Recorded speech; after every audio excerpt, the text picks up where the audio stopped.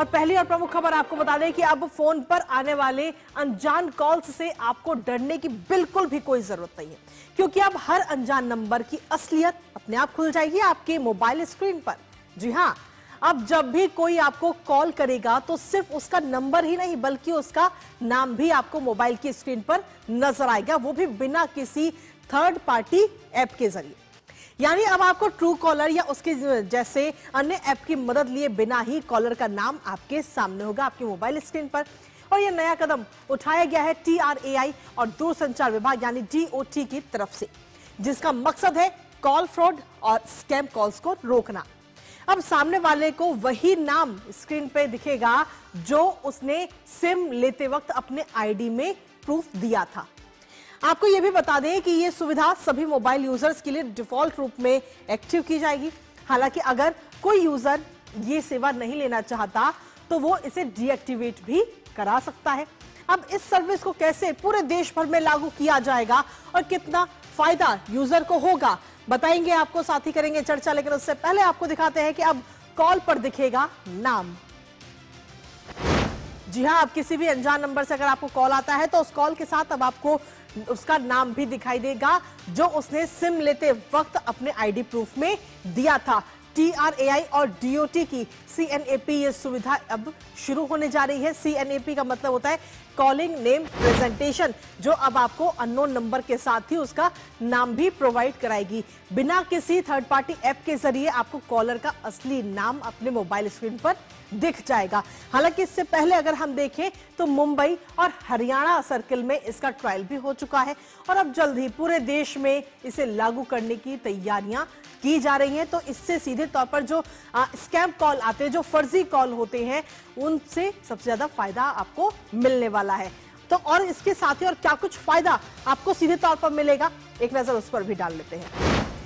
क्योंकि इसके जरिए अगर हम देखें तो जो स्पैम कॉल आपके फोन पर आती हैं, जिसमें कई बार आपको फंसाया जाता है, उन कॉल से आप बच पाएंगे। धोखाधड़ी वाली जो कॉल होती है उन पर रोक लग जाएगी। अनजान कॉलर की पहचान आप कर पाएंगे क्योंकि जब उसका अनजान नंबर के साथ उसका नाम भी स्क्रीन पर आपको दिखाई देगा और ये नाम भी बिना किसी और एप्लीकेशन को डाउनलोड करे ही बिना किसी उसके आपको ये नाम स्क्रीन पर दिख जाएगा।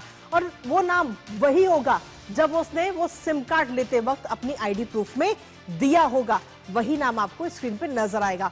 हालांकि जो यूजर है जो मोबाइल फोन का यूज कर रहा है वो अगर चाहे तो इस सुविधा को बंद भी कर सकता है, इस सुविधा को डीएक्टिव भी कर सकता है, ये उसके पास में ऑप्शन रहेगा।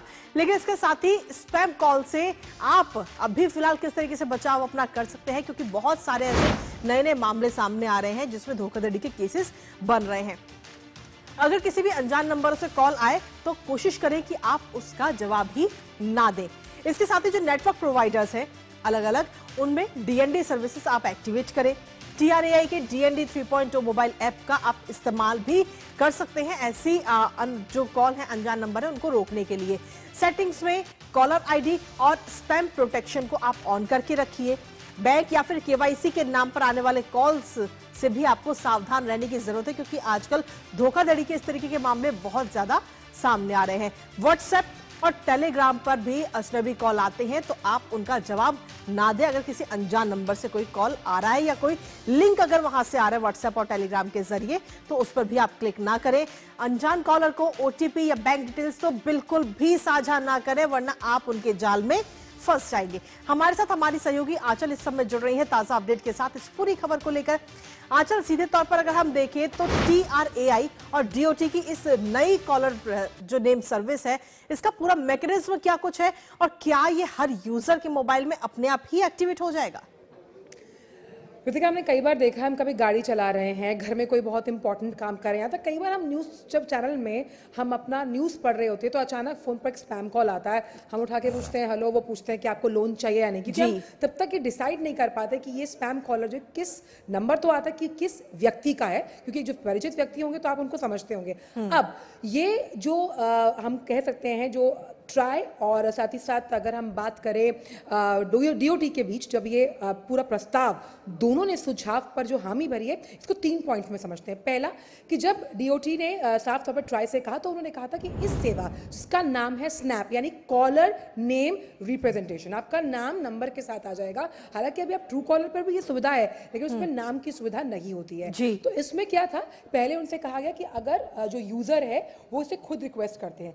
दूसरे दौर का जब वार्तालाप चला तो उन्होंने कहा नहीं, इसे बाय डिफॉल्ट यानी जब आप फोन लेते हैं तो कुछ सेटिंग्स बाय डिफॉल्ट आपके पास होती हैं, तो उसमें बाय डिफॉल्ट ये सर्विस जो है वो यूजर को दी जाएगी। और इस पर जो तीसरे दौर की बात चली उन्होंने इस पर हामी भरी और बहुत जल्दी शुरू होगा। अब इसमें सबसे अच्छी बात यह है कि जो CLIR है यानी कि कॉलर लाइन आइडेंटिफिकेशन रिस्ट्रिक्शन, यानी जो खुफिया विभाग से जुड़े होते हैं या फिर हम कहें कि जो उच्च पदों पर बैठे व्यक्ति हैं, पदासीन हैं, उनको ये सुविधा दी जाती, तो वहां पर ये काम नहीं करेगा ना। अब इसमें सबसे इंपॉर्टेंट चीज यहां पर ये आ जाती है कि इससे आपको फायदा ये है कि जिन खास तौर पर डिजिटल अरेस्ट, साइबर धोखाधड़ी जो इस वक्त अपना जाल फैलाती हुई नजर आ रही है, इस सर्विस से बहुत हद तक निजात मिलती हुई नजर आएगी। अमूमन कुछ आंकड़ों पर अगर नजर डालें तो एक व्यक्ति को प्रतिदिन 3 से 4 स्पैम कॉल, यानी कि अगर इसका पूरा आंकड़ा 100% के हिसाब से निकालें तो 60% जनता को इस तरह का जो नकारात्मक बिहेवियर है, जो इस तरह की अलग अलग